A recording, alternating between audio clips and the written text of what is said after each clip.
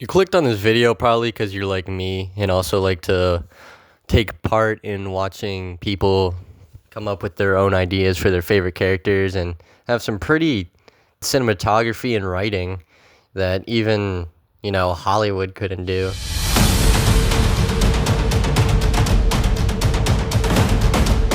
But sometimes not really. The types of one that I would watch would be, Spider-Man, Star Wars mostly, but this time we're going to be talking about Batman.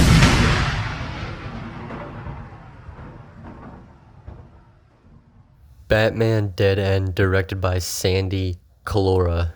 Now, if you know anything about fan films or are really into that, I'm pretty sure you knew I was going to be talking about this one. The film opens up with this really sick suit-up scene, and the news going on about how the Joker has escaped. It's an animal, Joker, you can't.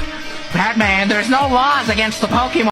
And I gotta say, I really do like this suit a lot. Myself and many other people agree. It looks very reminiscent of Alex Ross' depiction of Batman.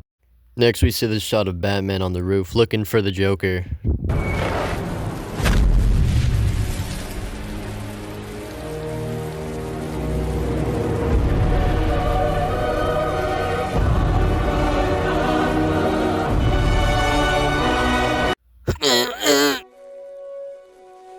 I think I speak for most people when I say that's probably one of the best shots of Batman ever filmed in live action. The Joker sneaks up on Batman and then socks the shit out of him.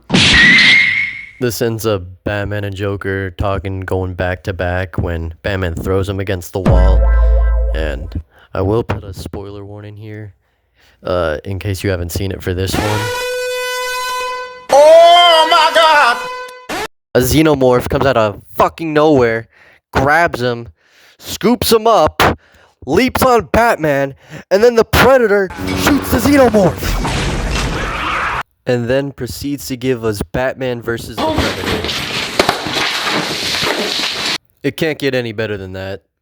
If you actually want to know the process behind this one, there's like an hour-long documentary that goes into casting, costume, production setup, props, everything. I could probably just make a whole video talking about this one fan film, which I probably will. But it's time to move on to the next one.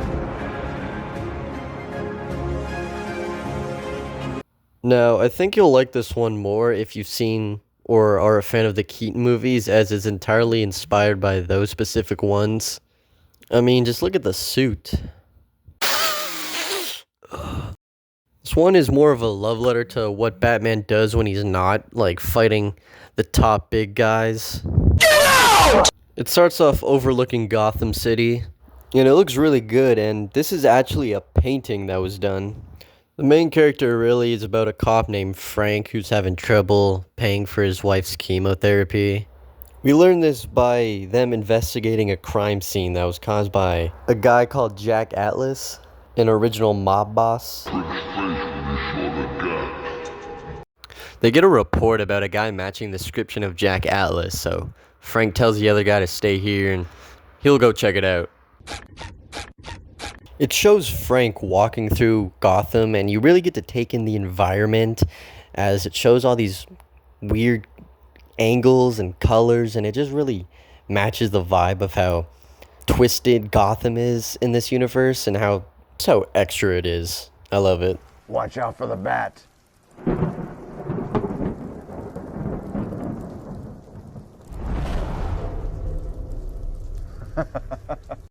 Frank eventually finds Jack Atlas standing there, trying to be all cool. Why so serious?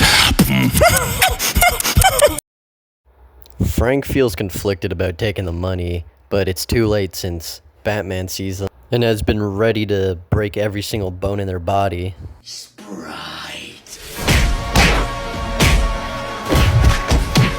The director Johnny K basically wanted to do it like this because he felt like the Burton world wasn't expanded on enough.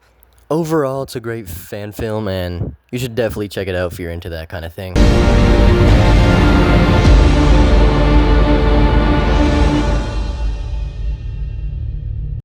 Batman Infinity, directed by Zach Ramian. At least that's how I hope it's pronounced. Batman Infinity is a short passion project that he wanted to make a film that hasn't been done before and just had an idea for Batman. And if you just like straight like hands, then you gotta watch this. I love the use of a dominant color always on screen, as I think it really sets the mood while also adding the intensity to the scene. Just the skyline being a dark kind of turquoise green, as well as the dark orange and the red. It just really works for a short project. Now, in this film, there may be some killing from Batman. And I know that's probably a turnoff for some people since Batman doesn't kill. Talk! It's just a short project to show like this Batman Beyond type of look, as you can just tell by looking at the suit. It also reminds me of the Batman Beyond fan film that's going to be coming out soon. So yeah, excited for that one. And that's the end of the video. I hope you enjoyed it. Hope you like and subscribe. Check out those films, and I'll see you.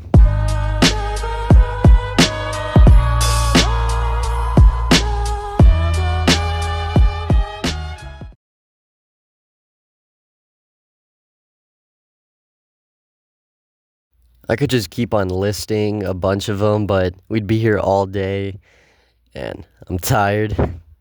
So those were my picks for some fan films you should watch, but I also have a bunch more that I didn't include, but you should definitely check out all these people's work.